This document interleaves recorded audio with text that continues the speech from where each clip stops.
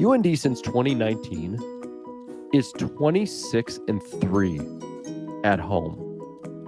They are 6-21 on the road.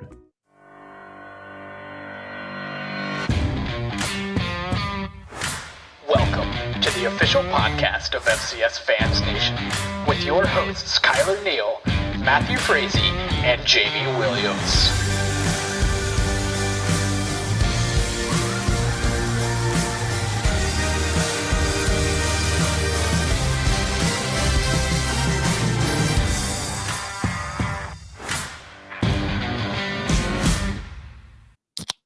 FCS Fans Nation.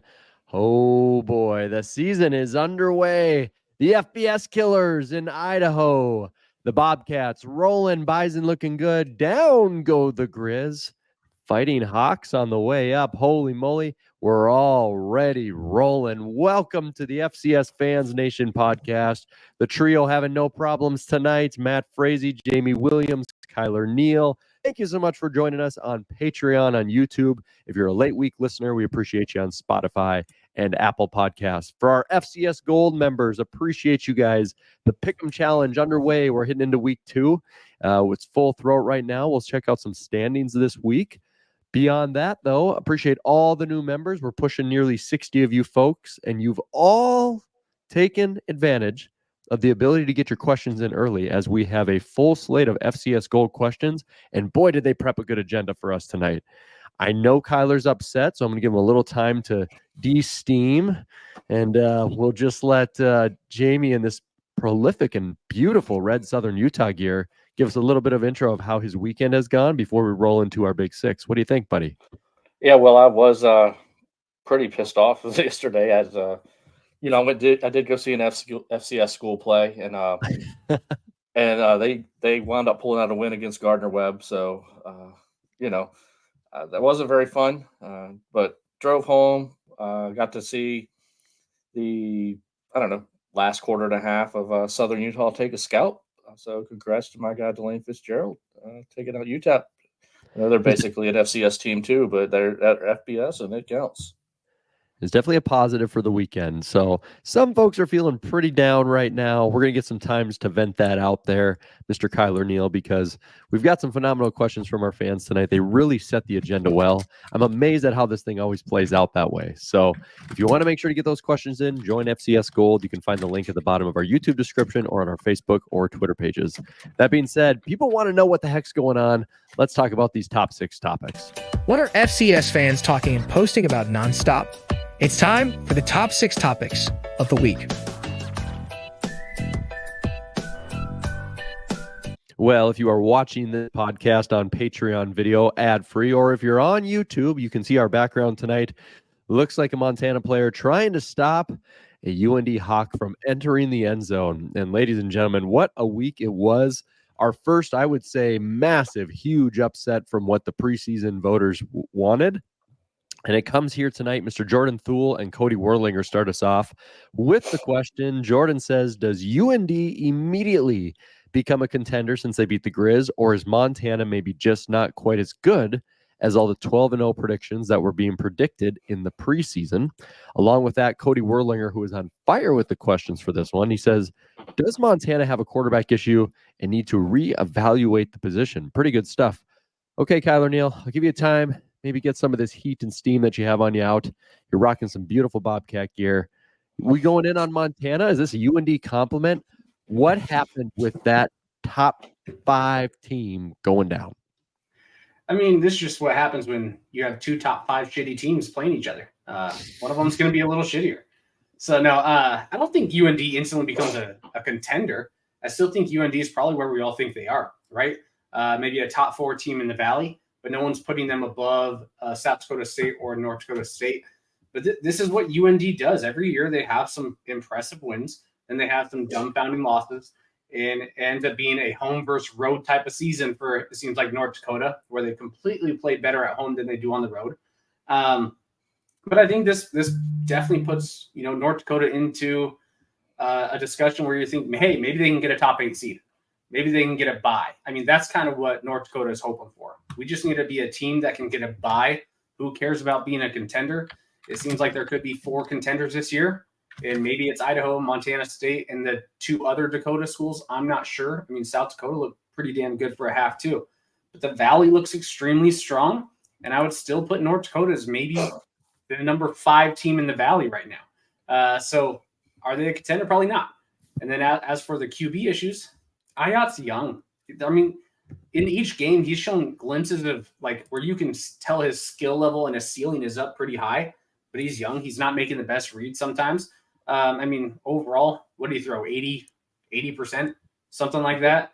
So it's not bad. It's just they're not stretching down the field. They're smaller little routes, small plays, and it is what it is. He's young. This is not I mean, the North Dakota's defense has been pretty tough the last few years. I mean, shoot, they beat NDSU last year in the regular season.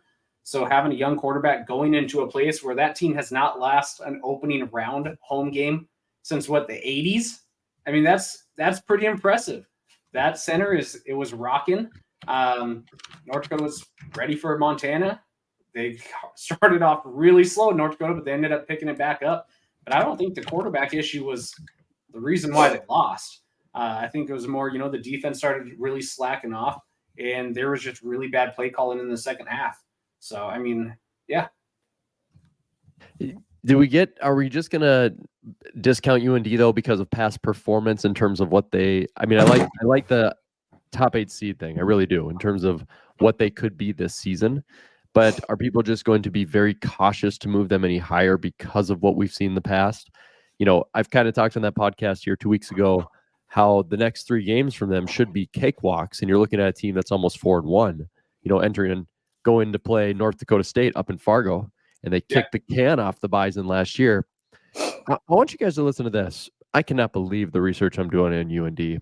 First off, the Alaris Center, it's a tight, small, confined little area. It's a piece of junk, unlike their hockey stadium, which is nicer than NHL arenas. Beautiful arena.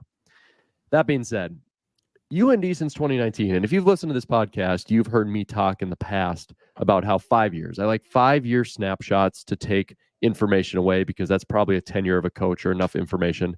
Anything beyond that, kind of discount it. UND since 2019 is 26-3 at home. They are 6-21 on the road. Remember what I said 2 weeks ago? I don't understand how they turn into Tom Brady's Patriots at home. That is a bonkers stat. 26-3 at home during that time. They've beat 11 top 25 teams. 4 of those were top 10. 2 were top 5. It's unexplainable. And then they go on the road and they're terrible. Yeah. And then they go into the playoffs. And after round 2, they are nowhere to be found unless it's the spring season and they call it the quarterfinals. So I'm guessing that's probably where there's the hesitation. But I will give UND some credit here. That's a bonkers home stat. And I didn't know it was that glaring. 3 losses? That's crazy. Enough of the UND love stuff. Jamie, what's your takeaway for both these teams, but especially Montana? Are we about to ring the alarms like we did last year? I'm not going to push the panic button. I mean, just for the reason you just said. The Alaris Center is a tough place to go play. And especially when you have a young quarterback like Ayat. And Kylor alluded to it, but he completed just under 75% of his passes. And also, like Kylor said, they were short passes. He didn't throw any picks. They didn't have any turnovers. Eli Gilman had a wonderful game. Osmo ran 5.6 a carry. So the run game was there. And I'll be perfectly honest. I didn't see a whole lot of this game. Just kind of the highlights and what I'm looking at. But the defense got run over, and that Montana run defense is usually pretty good. They gave up 5.2 yards a clip on 47 carries. They gave up 3 touchdowns on the ground. I don't know if pointing at Ayat is where the finger needs to go.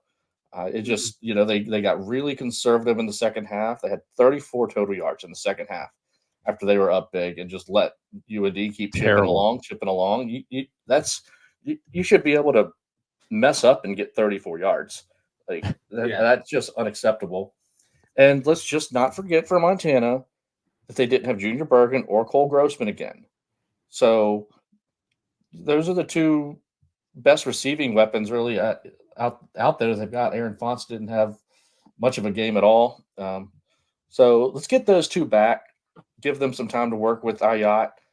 Let's not panic too much. Let's not overreact like we did last week. I'll probably overreact to my ballot, but that's okay. It'll all work out. As for UND, does they become a contender? I don't know. I think they're what they are.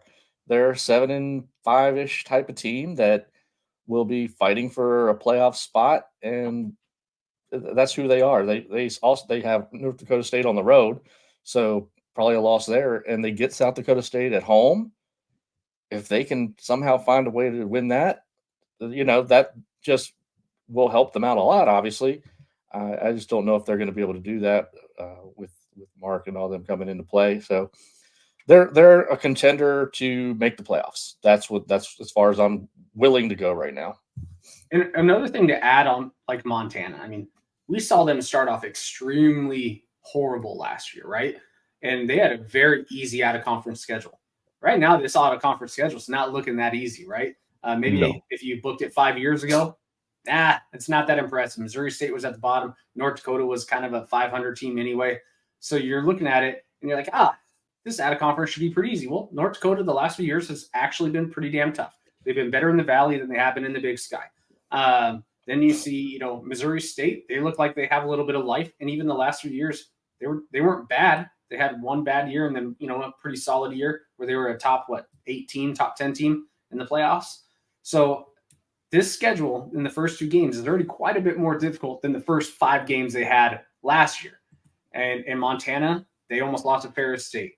They didn't look that great versus a Pioneer League team, right? And then they lost to Northern Arizona. It's going to take them a little bit to gel. They still have some injuries. They'll bring them back. I'm actually not worried about Montana like some of the Montana State fans are kind of blowing up the page going, you guys suck. You should be worried. It seems like Montana's playing the exact same game they played last year, but I think their ceiling is actually a little bit higher if they can clean up some things on the defense. The defense is maybe a little lackluster where the offense, in my opinion, already looks a little bit better than it did last year, and it's without their best weapons, and they still need to gel with a brand new quarterback.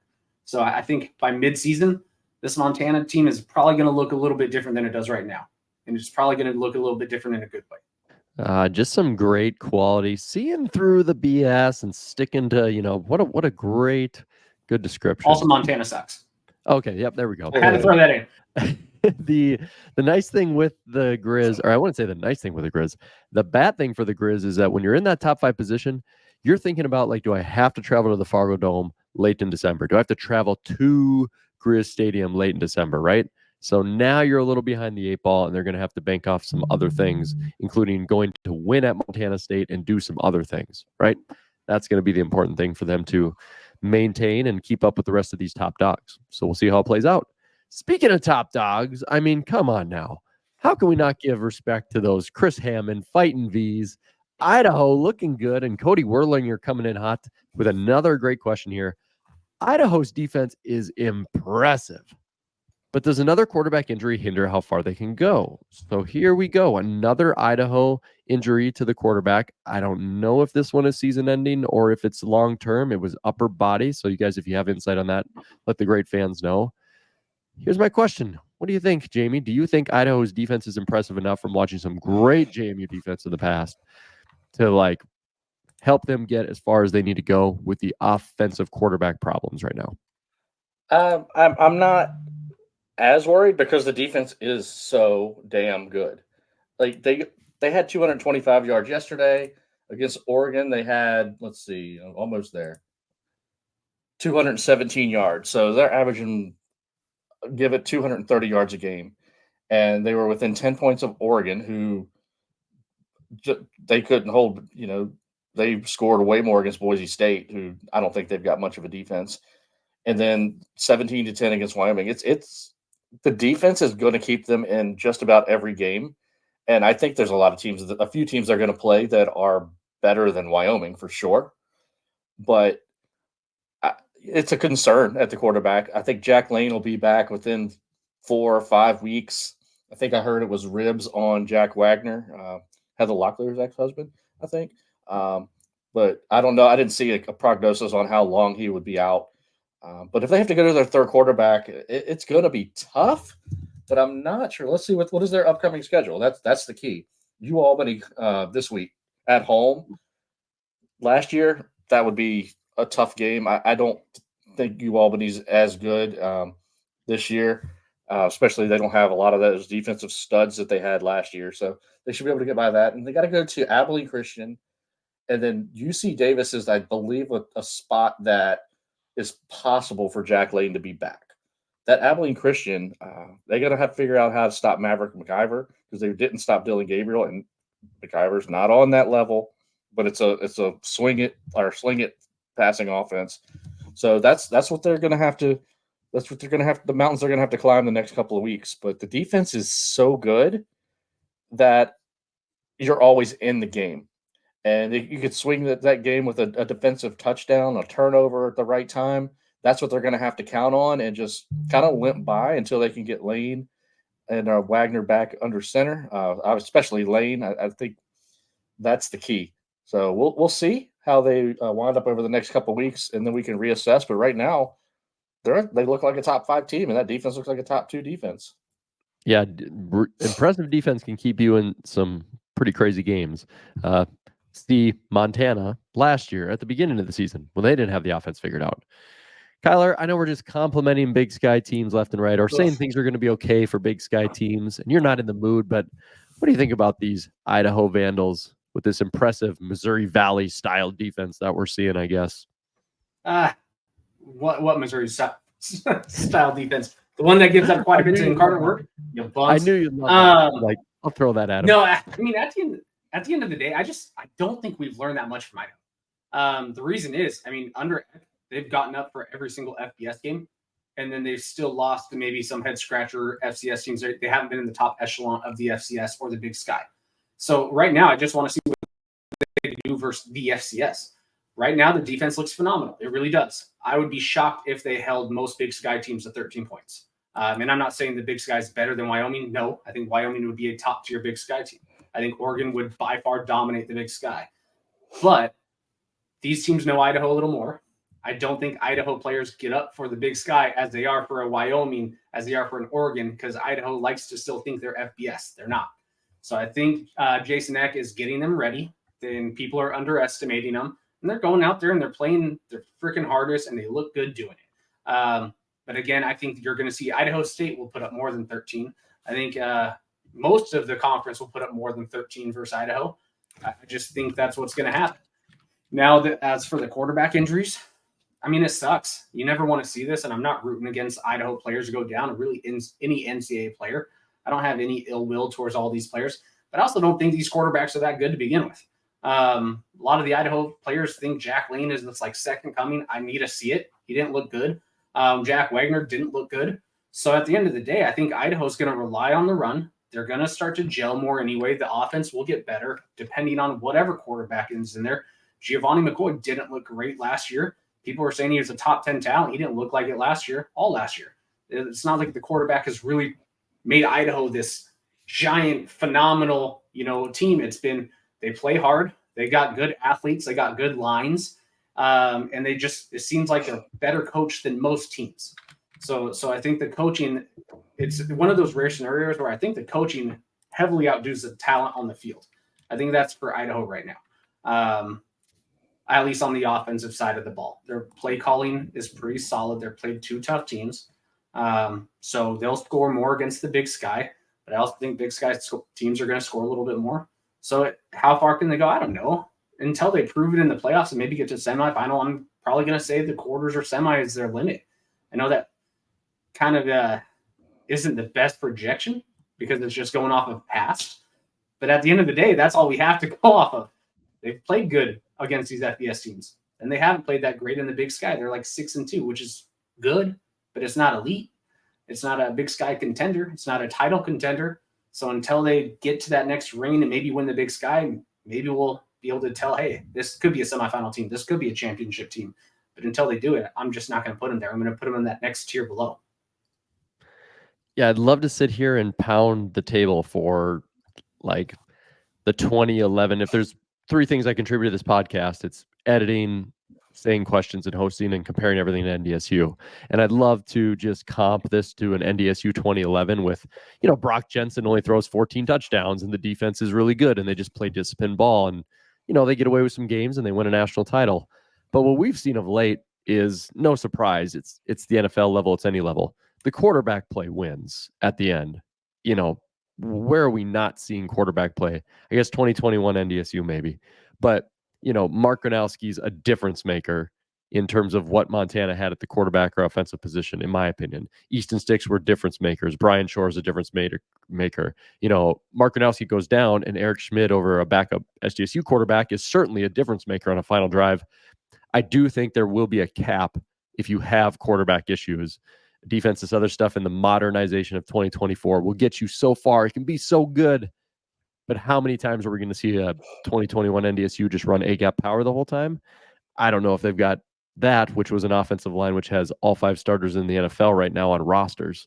And so with that, I think the quarterback position could be concerned, and hopefully they get some of the injuries resolved, and we'll see how it goes. So a team that has very little concerns is on top of my head with one of the great SDSU Jackrabbit hats. Thank you so much to the fans for tossing that to me. Andrew Markham wants to know, great Andrew Markham, UIW fan and great friend, Incarnate Word, says, how does the SDSU gap, and I'll say his exact words, SDSU is showing there's still large margins between them and other ranked programs outside of the Missouri Valley. How does that gap get closed by programs around the nation trying to win the national title? So here you go, Kylor. We're living in SDSU's world. I mean, you got colors all over, even if it's Bobcats that looks SDSU. The Rabbits are running. The Jackrabbit fans don't seem as confident in them this year. And by as confident, they still think they can win the title. But clearly, they're not at the level they were last year. But is that gap even remotely closed? And discount NDSU, or maybe, can somebody close the gap? Because what he saw from Incarnate Word's performance, pretty respectable. But at the end of the day, they still kept rolling. What do you think? I love Andrew Markham. Love him to death. Loved the back of his shirt last year in Frisco. But what I would say is I don't think we learned much from this game. I don't think Incarnate Word's a top 25 team in terms of talent, in terms of play calling, in terms of offensive ability. This is not the Incarnate Word from a few years ago. This is more like the Incarnate Word of last year, who did not make the playoffs. I mean, they didn't look like world beaters against Northern Colorado, who was dog shit. So I don't think we learned about this talent gap. And SDSU, they look like they're maybe not as good as they were last year, which is still a top 2 team worst case scenario in the FCS. If they're not as good as they were last year, that means they're probably still in the national title game, right? So I know you said exclude NDSU. Don't think we're going to learn anything from them. At least most people, like Jamie and I, thought they would get kind of beat up by Oklahoma State. I didn't think they looked bad. I didn't think they looked good in that game either versus Oklahoma State, because we weren't going to learn a lot. This one, I thought this game should have been closer to a 48-17 game. So winning 45-24 doesn't blow me away. I mean, this is kind of what South Dakota State should have done to a team that is trying to find themselves and reestablish themselves from a few years ago. I'm not that impressed with Incarnate Word right now. You're not going to learn much next week. That's going to be a 60-0 game, and that's because they gave up in the third quarter. You're not going to learn much against Southeastern Louisiana. They're going to blow through them. Northern Iowa, they struggled against, yeah, exactly. And we're playing them this next weekend. So I'll be at the game. I'll go to Hammond, America. It should be fun. Northern Iowa didn't look good, but they always play South Dakota State tough. So we'll see what happens there. Youngstown State didn't look good. So, I mean, we're not going to learn much against this, I think, South Dakota State team until October 19th. So the gap has been already closed for a while. There hasn't been a small gap between South Dakota State and North Dakota State, maybe a couple other teams across the nation. Then the gap is massive in between there. I think the gap shrunk a little bit, but I don't know by how much, and we won't really know by how much until October 19th. Right now, North Dakota State's looking pretty freaking good. So they might have closed the gap quite a bit. I have no clue, and unfortunately, I'm not even going to try and guess it until that game, because South Dakota State will roll through all of these games. Yeah, I really like where you're at, Kylor, and I don't want to make this the agreeing podcast, but we said this on the end of it was the Dakota bout, or whatever we named the last podcast in the last year, is kind of felt like SDSU would still be above everybody, but the Bison would close that gap a little bit, and then we'll see what happens. And then hopefully there might be one or two outliers. And that really is what we're looking at. And Jamie, correct me if I'm wrong. You're a James Madison fan, and you're very passionate about every game and every snap. I'll tell you this right now. Bison fans for years, and you guys can hate them even more than you already do. Like, they basically have gotten to the point with seasons where they're like, let's see what happens against South Dakota State, previously James Madison, and the rest of it, we're just going to kill them. And if it's a close game, we'll still win in the end. That's how they view it. And Jackrabbit fans, you can be all modest and this and that, but that's exactly what Kylor said is what's going to happen up until October 19th. And then South Dakota could be a really good game down in Brookings. You probably still win. And then you have to go up to UND. Those are the three games where you're going to learn about South Dakota State. I don't care if they start slow against Youngstown. They'll win by 14 points. So that's just the level they're on now. It's like watching Alabama for 4 weeks a few years ago. You'd be like, I don't even need to turn on Alabama. I'll wait till they go to LSU and maybe something will happen. And that's where we're at with them right now, especially with what they've returned. Do you feel the same as a Duke fan, Jamie, or do you actually have a little concerns here? What's the gap? Any difference? No, I mean, if the gap last year was 2 miles between them and everybody else, it might be 3/4 of a mile now. That's still a long way to go. And it's, but if you think about the example you just gave, I'll give a little different one. If you're thinking about watching, I don't know, the Olympics and you're watching the 1500, the best guy could probably go out and just shit can everybody, but he keeps himself kind of close to everybody and just conserves his energy till he needs it. And that's exactly what South Dakota State's going to do. So they might not look impressive in a lot of these games by winning by 40, 50 points like they could, but they don't have to. Why not get Martin Gronowski out for the fourth quarter? Why not, conserve every bit of energy you can for those 3 games that matter, because they're going to be there. It doesn't matter. Augustana, they could be done after the first quarter. It might be like SFA and North American. Like, it's going to be whatever they want it to be. To me, like, the issue, if you want to point to one flaw, it might be their front seven. Schematically, they don't get after the quarterback on purpose almost. Like, they're not going to be a team that's going to get you a ton of sacks. So if you can get some good offensive line play, you might be able to move the ball on them, but you're still going to have a quarterback and receivers that can go get it. But that's what the first 2 teams have. That's the kind of game they play. And what some of our Jackrabbit friends told us this morning was that had a couple injuries in the secondary, so that's how you're going to have to attack them. So what are you looking at? You're looking at Cam Miller and you're looking at Aiden Bauman. Look at every other quarterback they're going to play. Won't matter. So it's going to be all about getting the secondary healthy for those 2 teams, because those are the only ones that are going to really be able to stress that defense. And I don't think I answered Andrew's question correctly. Now that rereading it, I don't think any of us did, but that's okay. No, how does SDSU's gap get closed by programs around the nation? The only way is right now, of course, hopefully NDSU could beat them, because, well, no, people don't want that. There's a couple teams cheer that are for close. the little guy. But it's time to cheer for the underdog. Go here's Bison. how the Go gap underdogs. gets closed. Nope. Here's how the gaps get closed. Anytime they are staying at a hotel, I'm talking about South Dakota State, North Dakota State, Montana State, Idaho, whatever. You burn down the hotel and you lock them in.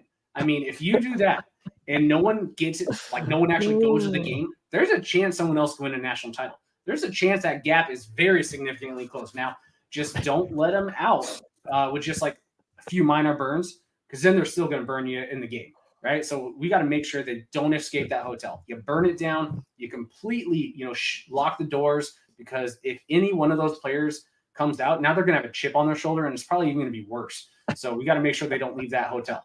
Yeah, well, honestly, how do you close the gap? You do exactly what South Dakota State did to North Dakota State. To a certain degree, you replicate them and get better.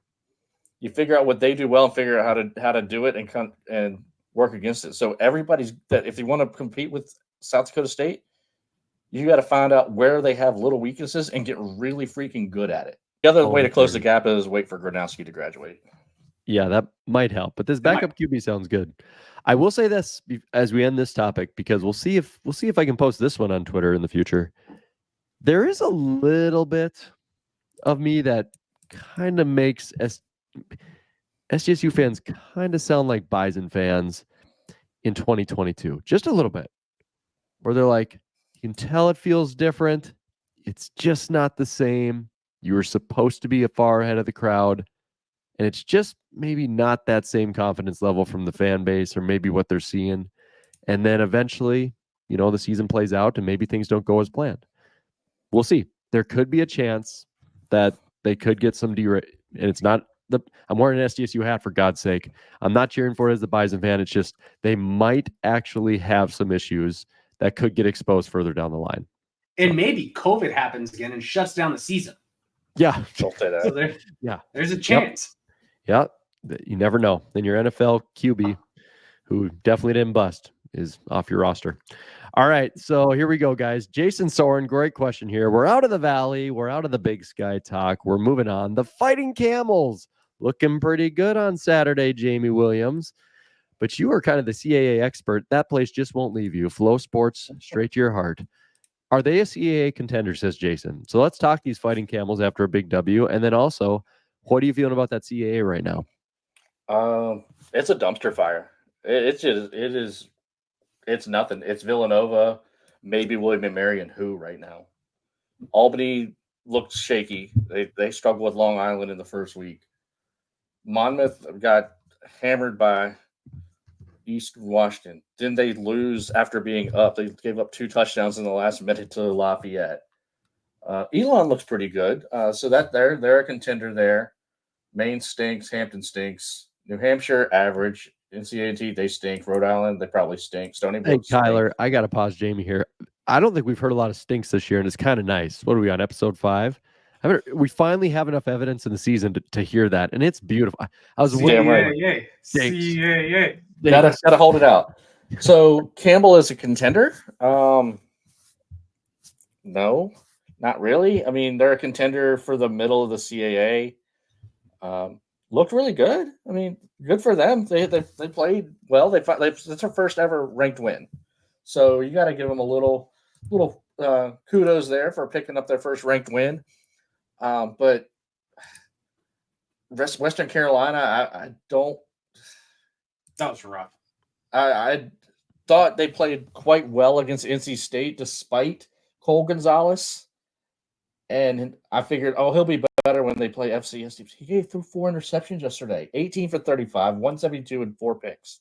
Bad. Oof, that's awful. It's bad. I mean, maybe Campbell's going to be good, and they'll get some votes this week, but it'll be artificial. Even if I give them one, it'll be artificial. But it's 2 weeks in, so you got to go with the data points that you got. So we'll talk about voting later, but I don't know. I don't know what to think about Western Carolina right now is the problem. So Masco played well. He still threw 2 interceptions, threw for 306 yards. So are they a CAA contender? Maybe for 4th or 5th, but I don't see that. That's not going to translate into the playoffs. So do you think that there's a gap? Because, I mean, when you go down the CAA, especially you breaking it down, you're right, it's kind of rough. Is there a Villanova gap just within the CAA the way you feel about SDSU? And the last question with the rest of the league, or what? Yeah, it's Villanova, and then you've got maybe William & Mary, Elon, and then damn near everybody else way below that. So Campbell can put themselves in that position maybe, but I don't know that that's going to be enough for playoff consideration because Albany will be in that mess. Campbell, Maine's not good. New Hampshire, Rhode Island. Do any of those teams strike any fear in anybody outside of that conference? Not really. Man, good thing there's a lot of teams that, geez, I had to scroll just to get through that conference. Kylor, any hunches on the CAA and these Fighting Camels? We had Hump Day and What Wednesday with them as some series on the FCS Fans Nation Facebook pages. What do you see out of this conference right now? Is it a giant dumpster fire? Do they stink?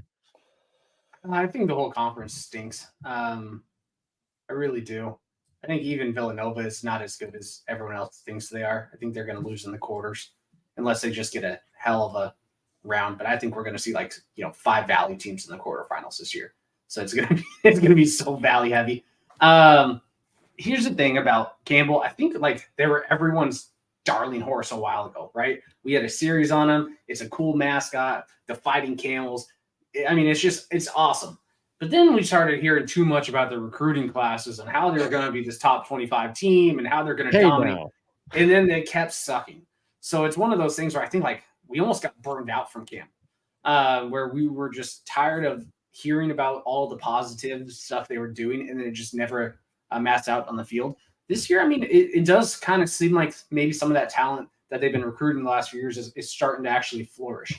I mean, for half the game last week against Liberty, they looked pretty damn good, right? And then they made Cole Gonzalez look like he shouldn't even be in anyone's radar for Walter Payton. I know he had a really bad game, but he's making Jamie and myself look like just the dumbest persons in the world because he sucked. Cole Gonzalez was horrible this game, and it was because of Campbell. I mean, I'm sure there were some mental lapses, and when you start playing bad, it's only going to get worse if you don't have, if you can't get out of your own funk, and it looks like everything was going negatively for them. So, I mean, if you look at the rest of the CAA, I think, probably what Jamie said is accurate, where there's Villanova and then everyone else. But, I mean, I wouldn't be shocked to see Campbell make a run and maybe even challenge the top dogs. Can we pull up their schedule? I mean, since the CAA is so big, who do they avoid? That's going to be a big dictation on what they're going to do. Do they even play Villanova? I don't think No. so. So there you go, right? When you're looking at this, I mean, if they can play the way they did defensively against Liberty, who has a good offense, and against Western Carolina, I mean, this could be a team who could make a splash. But also at the same time, it's maybe this is just the Campbell from a few years ago or the last year where maybe they're a 4-4 type of team. And we just, we're getting a little too high because people were really excited about West Carolina, battling close with an FBS team. I mean, that's the thing about these sometimes early games is we all jump the gun a little bit too much because of how they play against an FBS team, or that FBS team doesn't even know who that program is. So they don't care and they don't fight. They don't get up for it. Maybe that FCS team played their best game of all time. So it made them look like they were going to be better. And if they could play that well against the FBS, then they can easily murder through the FCS. And we've seen it time and time again where that's just not the case. Right? Portland State winning 66-0 against an FBS team. They lost first round in the playoffs. They beat Washington State that year too. So they won 2 FBS games. And they didn't even win a playoff game. So that's where we judge a little bit too much. But yeah, I like this Campbell team. I think they could be a CAA contender, or they could be a sixth place team, like Jamie said. Would either of you be surprised if they went to Rhode Island this weekend and lost by 20? I wouldn't. No. Maybe by 20 because I don't think Rhode Island can score. So they looked really, offense lack driven against Holy Cross. They won 2017. And then they put up a fat 0 against Minnesota.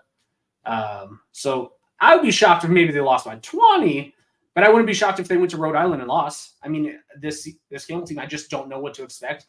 And this is for most of the FCS. Outside of, a couple of Dakotas and a Montana State and Montana, what's probably going to happen at the end of this. The rest of the FCS is just head scratcher, and we don't really know until week 4 or week 5, when maybe we have a little bit more actual ammunition, actual facts.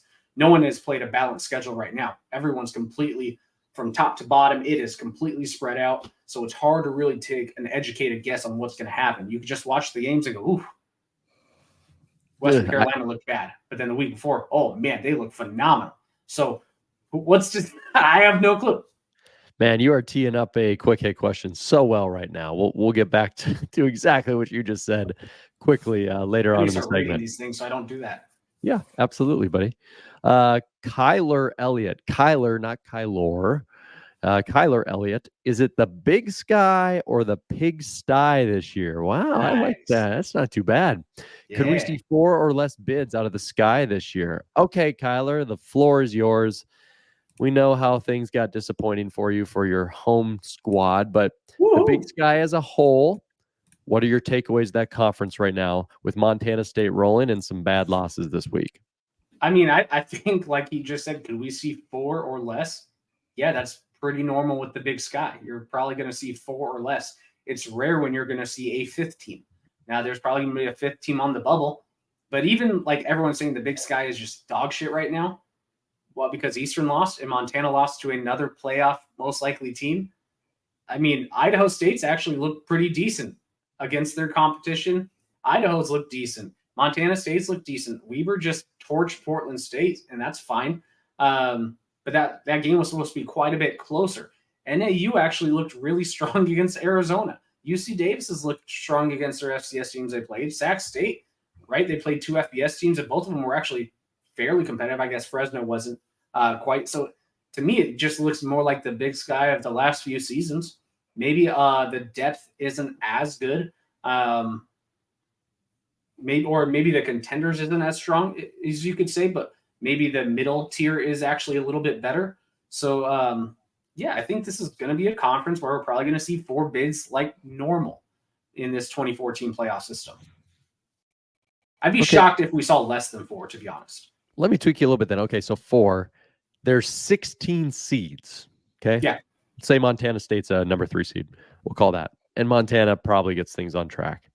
Any other team that could hit the 16 seed, or are we looking at last 8 in? Like, are we looking at that big of a drop off, or no? What? I think most the Valley teams that make it and most of the Big Sky teams that make it will be a seed.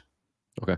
I mean, I think they'll pretty much get 8 of the 16 seeds between those 2 conferences, maybe even 9 with a 5th Valley team getting 9 of those seeds, and then it'll be kind of spaced out through the rest. And some people could say, Kylor, you're just speaking out of bias.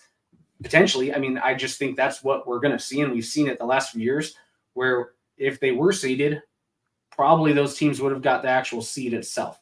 I mean, we're seeing it with the top 8. It's very rare you get someone from not those conferences in the top 8 as we speak. You'll get a CAA team and maybe one other team, a SoCon team, and maybe they're pushing that 30. So you already have 5. Now it's just double. Yeah, it would be weird if we only had 8 or 9 from those 2 conferences. So I think if the Big Sky makes it with their 4 bids, I think it's a 4-bid conference like it was last year, right? There was only 4 last year, or did they have 5? I think I don't remember. I'll look at it. Yeah, I don't know, but I mean 4 is pretty traditional. So I would be very shocked if I saw less than 4, even if I don't think the Big Sky is as strong as the Valley right now. I think the Valley's by far better this year, but it would be shocking to see less than 4 for sure. Yeah, you have 4 playoff teams from the Big Sky last year, and so not much of a pigsty. I'll tweak you a little bit, Jamie, here to finalize this question. Is Montana State, based off their schedule and everything, really, and it's not just because Montana lost. Montana State was looking good before. Like, is this team really going to be that 3rd, 4th team behind the Dakotas where you're like, they could do it? They could be the ones. You're starting to feel that way about Montana State, or no? I think they might be the 2nd team behind SDSU. I mean, there you go. The way they are continuing to run the ball, that's a team that's going to grind people down. I know they've got it. The FBS win. Yeah. New Mexico stinks. There we go. Give you it again. Utah Tech, they're not good. Maine, not good. So Mercyhurst, who are coming up, they could run for 400 if they want. It's all contingent upon Tommy Mellott staying healthy. I can tell you that for sure. But Scottrey Humphreys run for 100 yards every game, and I think he only got 4 carries yesterday. Or at least at some point he had 4 carries for 110. And they've got the other guy, I think it's Adam something maybe. I should have looked that up a little sooner. But they're just their hardest games are at home if you're looking at that schedule too. Yeah, I mean, they do go to UC Davis, which could be a difficult game. But they've got Idaho and Montana and Sac State at home. Yeah, and Sac State, true. So if you tell me that Montana State runs through this schedule without a loss, I don't know that I'm going to be that surprised. And if they do it, to be really freaking honest, if they go undefeated, how are they not the 1 seed? For a couple reasons. SDSU already has a loss to their FBS team, which doesn't really matter, but Montana State has the win. SDSU is playing Augustana this week, doesn't count. So you compare resumes, there's a solid chance that Mercyhurst for Montana State. That might wash, but that's an FCS team, though. Yeah. Oh, it is. Oh, wow. It's a transitioning FCS team. Number 127 on the list. Hey, they almost won. To be fair, everyone listening to this podcast would have thought the same thing. Oh God, I'm not even good. We don't edit things out anyways. I'm that's too good. I'm gonna go on mute. So, I mean, there's a solid chance Montana State drops a game, even 2, to some of those tough teams. But if they run through them all, I don't have very many concerns about Montana State. Beat them in Bozeman in December. Yeah. And I didn't coming into the season. I had them at 4. I thought they were definitely behind Montana and the Dakota States, but the way they've played has shown me they're going to be tough to deal with all year. Yeah. Mr. Anderson giving them that love before anybody else was on those top 25 votes. So Blind score finds a nut every now and then. Not too bad. Not too bad. Hey, speaking of all our bragging where we, I like to post clips on Twitter of when I got things right. Now, I don't post anything when I get it wrong because, that's how you operate in 2024. You make yourself look real good to the masses. But here's an opportunity to go on both sides because Mr. Jason Soren gives us an opportunity with this great question to end the Big Six topics. Like Kylor said, we don't know everything. It's early. All we know is Mercyhurst is the next dynasty. What is a team you're jumping on board with and a team you're jumping off board with? So we're abandoning ship somewhere. You are the rankings master, Jamie Williams. What is the team right now that you're really jumping on board, and who's somebody where you're like, might have been a miss? Jumping on board, and I started them at 15. But I'm going to jump on board because the talent is always there. The results never are. But so far, the results have been there. You want me to pick another one? No, you're picking the stripes, aren't you? Go ahead. No, we won't edit this either. No, you do it. No, I got another one. I got 2. Don't worry. I'm jumping on SEMO. They should have beaten New Mexico State. Then they beat UT Martin in double overtime, and that's a team that had a really hard time finishing games last year. So I'll jump on board with SEMO. Paxton DeLauren had 6 touchdowns yesterday. He was phenomenal. I don't know anything about the team, anybody that plays on stripes, so maybe somebody else can talk about that. The team I'm jumping off of, and I'm probably stealing Kylor's on this one, but I'm way off on Western Carolina. It just was not good enough yesterday. Cole Gonzalez was way bad. I'm off. I'm out. But I'm also going to stay on this one. So go ahead, Kylor. What you got? Surprise us. Now I'm not going to say the stripes. Just because, screw that team. Matt, you can take it. We'll give it to Matt since he didn't do any research either. Thank you. I did not. No, I want to give a little bit of shout out to, let's see, Southern Illinois. I think they're better than they were last year. And that was a good team last year. So I'm kind of on board with Southern Illinois. Now, I don't think they're going to be the Missouri Valley winner or a champion, but I think this team is going to be able to dominate a lot of the non-Dakota schools. So we're going to see, you said, your team is SEMO, right, Jamie? We're going to see next week which one's going to be right. And that's why I wanted you to pick him, SEMO, and I steered you off of the strengths. That's right. It's all strategy. I'm picking Southern Illinois in that game, by the way. Yeah, and I think Southern Illinois is going to win by like 20-something. And I don't know. I'm bought in. I think they look pretty damn good across the board. They started a little slow, but they look like a team that no one is going to want to overlook, including the 2 Dakota schools, because that could be a team that can shock the world. A team I'm jumping off the board with, I don't know if I want to give Western Carolina the jump yet, just because the SoCon's so weird. I still think they have a shot to win the SoCon, and maybe they just had their worst game of the year, and it was against Campbell, right? This stuff happens early in the season. But the team I want to jump off the board with would be, I'm jumping off board with the whole CA.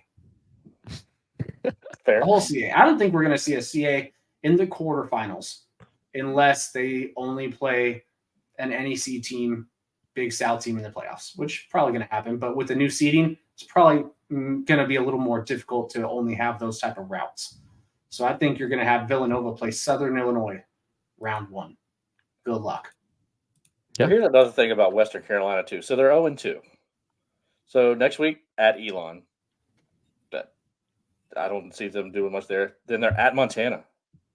Then they host Wofford. And then a couple weeks after that, they go to Furman. Then they'll host, Chattanooga eventually. The way they play. Wofford beat the Citadel, so that's a you guys dominant. stink. Wofford beat Richmond. You're stealing all my stuff.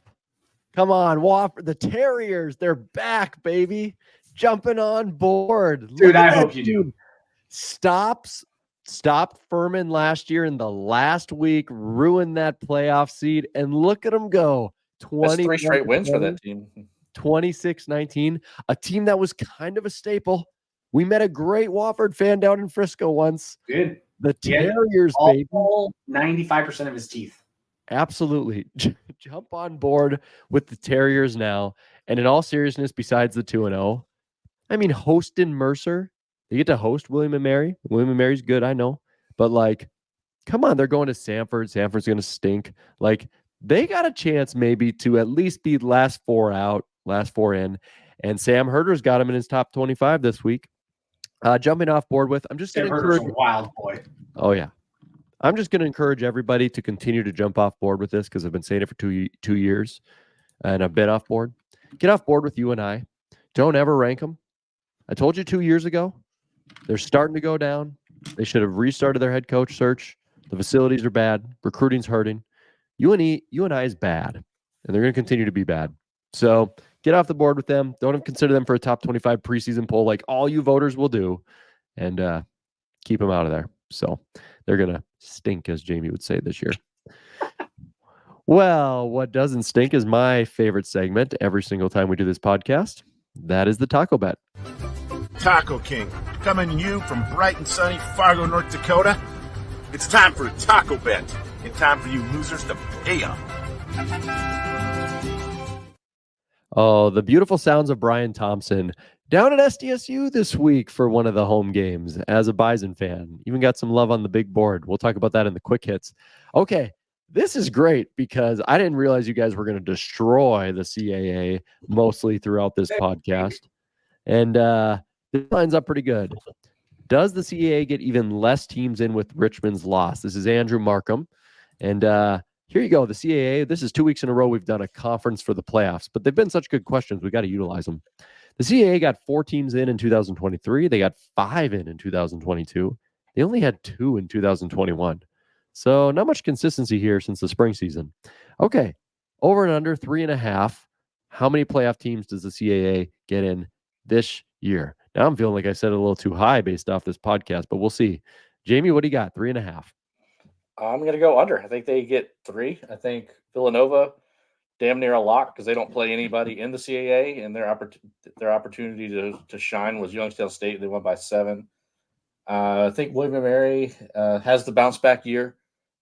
They're a very, very veteran team. If you look through their roster and the guys that play, there's a lot of fifth-year plus seniors, including Bronson Yoder, who's 64 years old, still playing at a high level.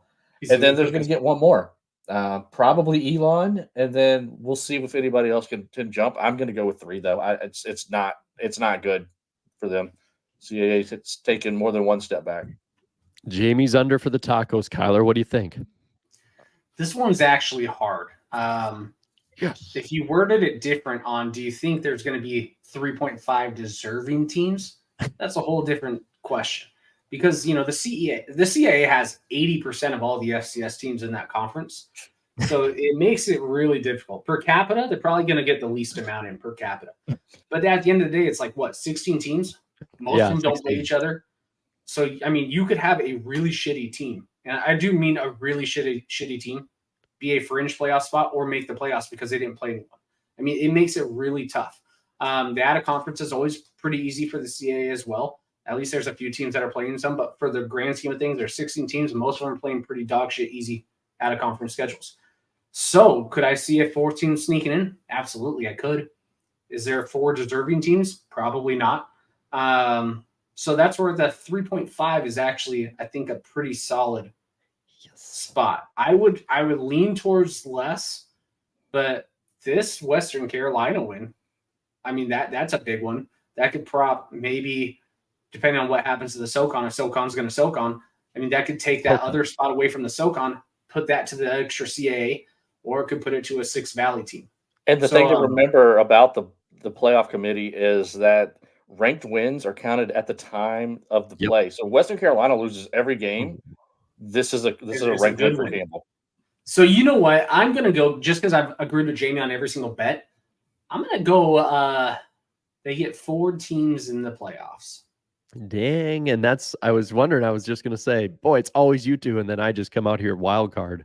But I think there's not 4 deserving teams. You're going right up my argument. Kylor, we are on the same wavelength tonight. I think you said it better, though. SoCon going to SoCon. Other teams are going to mess up, and somebody with an easy schedule is going to slip in there, even though they shouldn't be. So I'm going to go over with 4 just because the chaos and circumstances will hand them that 4th team. The one thing that's making me like lean towards Jamie is Delaware is still going to murder all the CA teams. And it's gonna make the CA, that extra playoff contender have an extra loss. And it'd be looking at it, all right, this is technically the 5th CA team on the conference standings. But since Delaware's not eligible, I guess they're the 4th. So does the 5th team actually deserve a playoff bid? Probably not. And maybe that's where that 4th team wouldn't actually make it. So I think 3 to 4 is solid. I like that, Matt. Hey, thank you. All credit goes to the great and the wonderful FCS Gold member, of course, an amazing human, Andrew Markham. So God bless him. He's amazing. That being said, you can watch our mock playoff special here. It's probably our #1 episode every year to learn about more of those details of the whys. And that is going to be coming up quickly, I assure you. Just because your question is answered quickly doesn't mean we don't care. It's time for this week's Quick Hit Questions. Oh boy, Quick Hits, my favorite segment. It's not like every single segment isn't my favorite segment when I'm hanging out with you gentlemen. All right, our Quick Hit questions. Eric Kletke, FCS Gold, of course. Eric, congratulations to Montana State. They continue to roll. Simple one. Who had the more embarrassing loss, Montana's 17-point choke against UND or Eastern Washington's overtime loss to Drake? Kylor, what do you think? What's worse? This question being asked, but I hate you, guy. By far, Easterns. I really do think the Pioneer League is, a step below most of the Division II. Truly believe that. Drake looked good, but they're not supposed to be able to beat even a shitty Eastern Washington team. So that's pretty embarrassing. At least Montana lost on the road to a team that's probably going to be in the playoffs, and it's a Division I team. Eastern lost at home after paying almost $300,000. That's what most G5 teams pay their FCS team to come there. Eastern paid them almost that much money to lose to a team without scholarships and played their worst game I've ever seen them play. So that's just made Larry Sabula's arguments. God. Yeah, that's very Notre Dame and Northern Illinois from this weekend. It's very JMU versus Gardner Webb, but at least JMU won at the end. Yes, this is true. Guys, Andrew Markham was on a hot streak for us. Should national voters slot vote or vote off of the 2 weeks worth of games and not their preconceptions in the preseason? He says stolen valor from Sam Herder. And all you vet bros, don't get upset that he said stolen valor. Andrew Markham served this country. He's an honorable man. God bless him. He's amazing. Jamie, what do you think? Do you think you're the voter? You think they should take some time away? You've got to go off the data points that you have for this year, backed by what you know going in. So, but you can't have the ego to say, oh, I still think Western Carolina is really good, so I still think they're a top 15 team. They just had a bad week. You can't do that. If you're going to, and in theory, you could still put, I'm going to get burned for this. You could still put Montana above North Dakota if you wanted to, as long as they're not within a couple spots of each other. Because you could look at it and say, hey, Montana went in there, they had a big lead, and then they just didn't do anything in the second half. But then you're discounting what North Dakota did. I will have North Dakota ahead of Montana. But if somebody still has Montana ahead by a little bit, okay. But you can tell who's slot voting. You'll be able to tell real quick, mainly because those are the people that don't post their ballot. But, you've got to go off of what you've seen on the field right now as best you can. And put your ego to the side and just vote the results. Yeah, and it's more fun. More fun to have polls. Can I just add? I hate the predictive model should be used in the preseason. I hate people still using the predictive model after results have happened, right? Because I do think if Montana played North Dakota 10 times, Montana probably beat them more than 5 times. I do think Montana is probably better than North Dakota, but at the end of the day, North Dakota beat them. I mean, that's what actually happened. Yep. So it's once there's data on there, I hate the predictive outcome of going, well, I still think they'll be better than them at the end of the season. Well, cool. Once they earn it and keep winning, keep pushing them up, and then the game doesn't matter as much. Yep, That's my 2 cents. Yep. No, I think I've never heard that exact phrasing. That's a beautiful phrase of like, it's okay here, not there. I really like that. Jamie, this isn't asked by anybody, but you said, hey, I'd love the floor tonight. You've got some updates about something pretty cool. What do you got? Yeah, so I think everybody has heard that the FBS has approved helmet communication for one player on each side of the ball. And earlier this week, I was watching a podcast, actually my buddy and his nephew, is called the Gambler's Gazette, which you can actually get on YouTube as well. And one of the hosts, Michael, asked, when it's FBS versus FCS, how does the helmet communication work? And I just thought, my initial answer, which I told him, was, oh, it's just based off of if it's an FCS versus FBS, there's just no communication. And that's actually not true. So I went, did some research. I talked to somebody who would know, and this is what happens. All the FBS schools have it.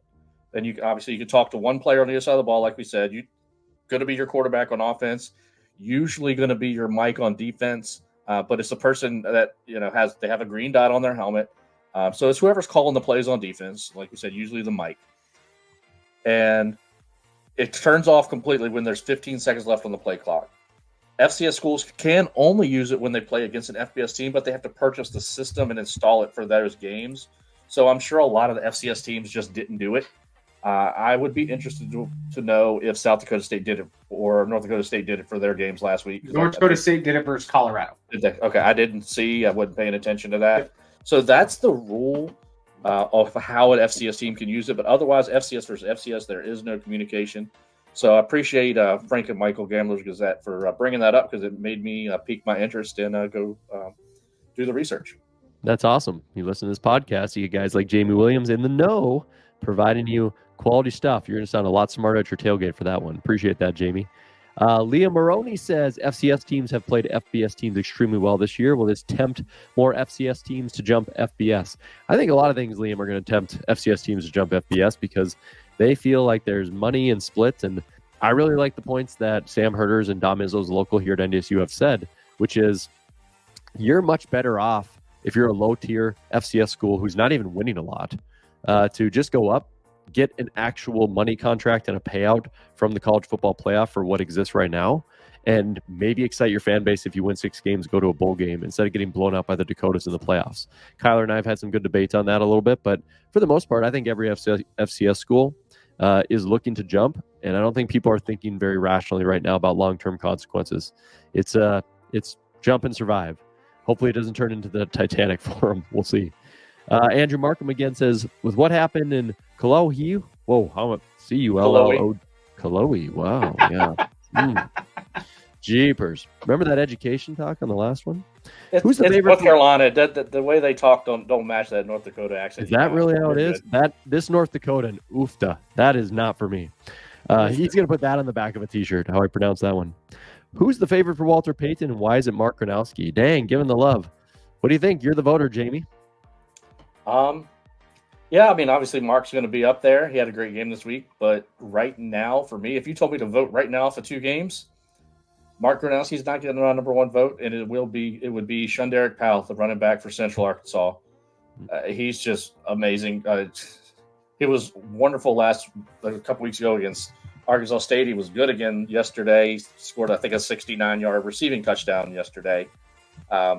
He's the best running back in the FCS, and I put a tweet out saying exactly that he's the best running back in the FCS. He is so dynamic.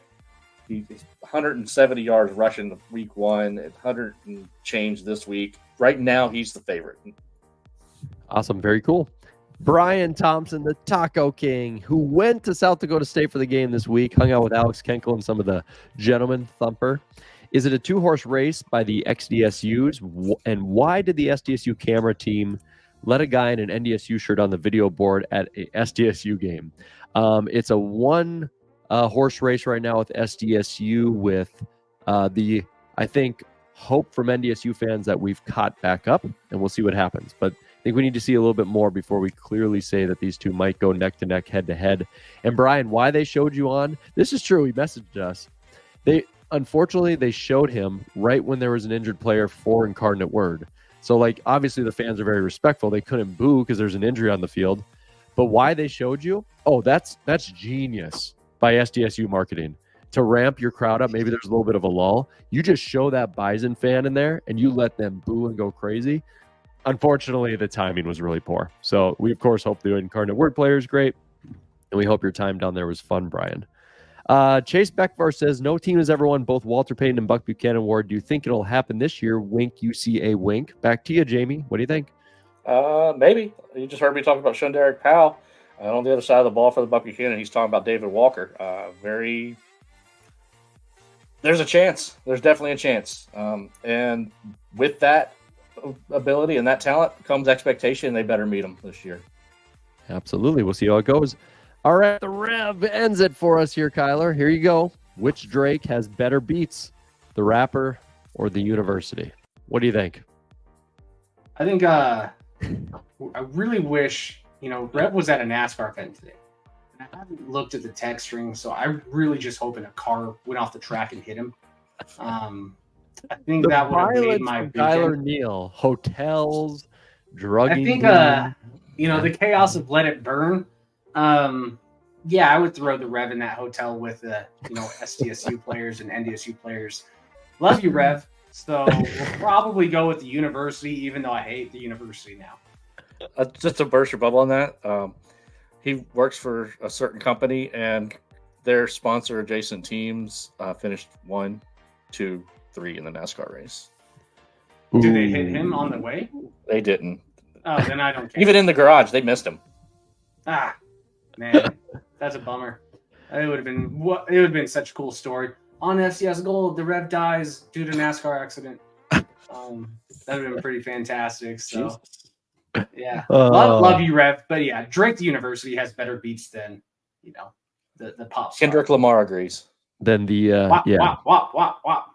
Then the Toronto Raptor sponsor himself. I heard Drake bet on the Eastern game, and that's why we lost. So thanks a lot, Drake. Way to go, Drake. Well, that wouldn't shock me, I guess, with the name and all. Well, that does end the quick hits. It does end this episode 5 of season 8 here on the FCS Fans Nation podcast. We appreciate everybody listening to us, of course. Shameless plug stuff here. Make sure you join our Facebook page, private Facebook page now. We killed the spammers. We eliminated the bullies. 25,000 people strong still. It's amazing. Every time we do a tweak to make the page better, everyone says, this is going to stink. And then the numbers go way up. It's incredible. So we appreciate your guys' support. Twitter doing well. Follow us there. Join FCS Gold. It's on Patreon. You can find the link below on YouTube here or search it on Facebook Twitter page. 99 cents every month. A chance to win $50 in the pick'em, which is already going. But that prize pool is already looking like we might have a little bit of an increase. We'll see for that playoff bracket challenge. On top of that, it's the ad-free podcast and everything that's great here. That being said, gentlemen, this will end us for the FCS Fans Nation podcast, and so we have to move on to another week of football. Kylor wants this one in the rearview mirror. Jamie, any final thoughts before we rev on out of here, buddy? No. I mean, it's been wild. I think I'm ripping up my ballot and starting over because outside of about the top 6 teams, I don't have a clue who goes where. I really don't. This is ridiculous. Gardner Webb's not getting ranked. Lawrence wants me to, but you know what? No. JMU stinks.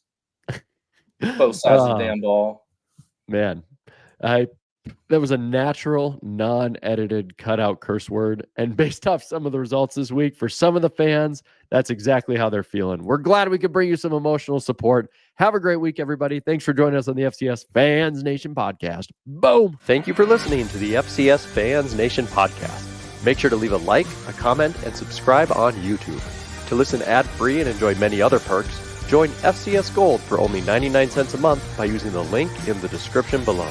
Make sure to follow FCS Fans Nation on Facebook and Twitter. Thank you for listening to the premier podcast for FCS football. Especially a private school.